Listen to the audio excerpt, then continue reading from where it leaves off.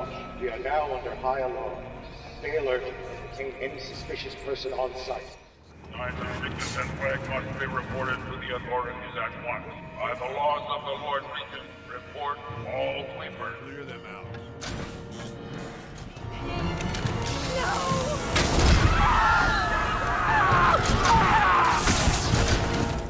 Hey guys, what is up? Niyat here with Film Comics Explained, and today we'll be taking a look at the Doom of Pandesia, also known as the Rat Plague, which was a contagious disease featured in the 2012 first-person stealth action video game, Dishonored. The plague is essentially a rodent-borne contagious disease that was responsible for the decimation of the population of Dunwall during the events of the game.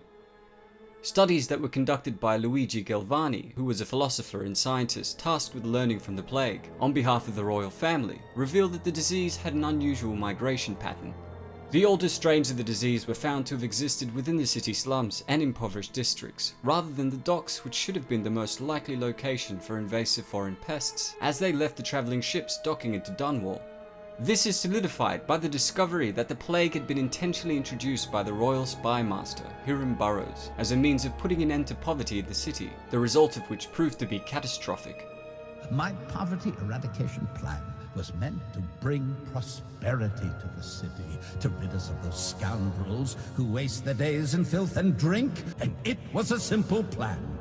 Bring the disease-bearing rats from the Pandician continent, and let them take care of the poor for us.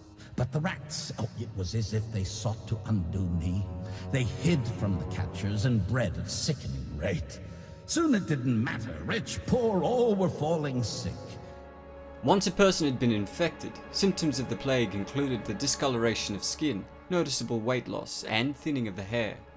As the infection progressed, the lungs and brain began to succumb to the disease, leaving its sufferers with a chronic cough and a significant decrease in cognitive ability. Late-stage symptoms included subconjunctival hemorrhaging, which causes blood to drip from the eyes, and the infestation of parasitic insects. Once these late-stage symptoms begin to take into effect, any efforts at fighting the disease are pointless, and prior to the finding of a cure, this had meant certain death. When the infected had reached this final stage, they were known by the people of Dunwall as Weepers. These foul infected can be seen squatting in various abandoned areas throughout the city. As mentioned earlier, the Weepers have discolored skin and a condition known as hemolacria, which causes blood to drip from the eyes in a tear-like fashion. The decreased functionality of their immune system also leaves them vulnerable to parasites which burrow and hatch inside their bodies, resulting in insects that will sting anyone who come too close to the afflicted. Their capacity for thought and reasoning is also greatly diminished from the disease, and as a result, the Weepers were less aware of their surroundings, which made it relatively easy to sneak past them. To combat the plague that was tearing through Dunwall, preventative measures were implemented with the creation of elixirs to combat the disease, such as Sokolov's elixir and Piero's spiritual remedy, both of which were expensive and scarce. Cheaper and less effective formulas like the bootleg elixir were seen to be in rotation within the city, along with homeopathic remedies and ritualistic ceremonies that were used given the inaccessibility of the more favoured elixirs. It was also believed that 0.1% of the population had a natural immunity to the plague. This can be seen in characters like Mace Brimsley, who mentioned in his journals that both he and his wife had remained unscathed after both coming into direct contact with the plague.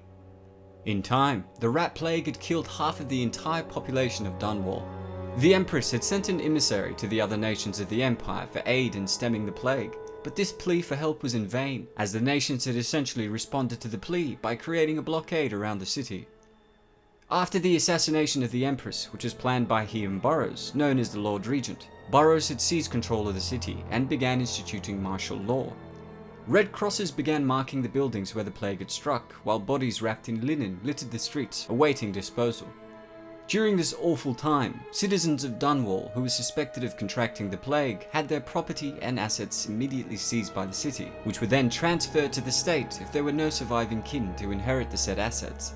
Unfortunately, this system was extorted, as corruption and bribery led to a rise in false claims of infection on otherwise healthy people to ensure their properties were seized for political and financial gain.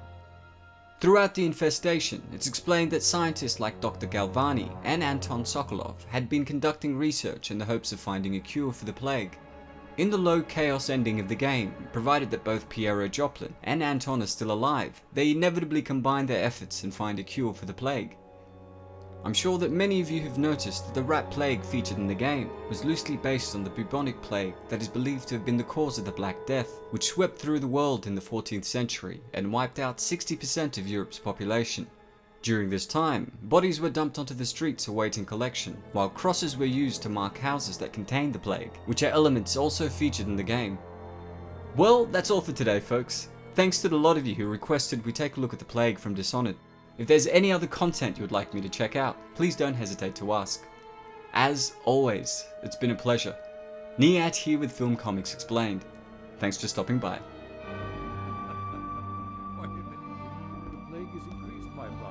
Set. You! Outside the door! What are you doing? Stop him!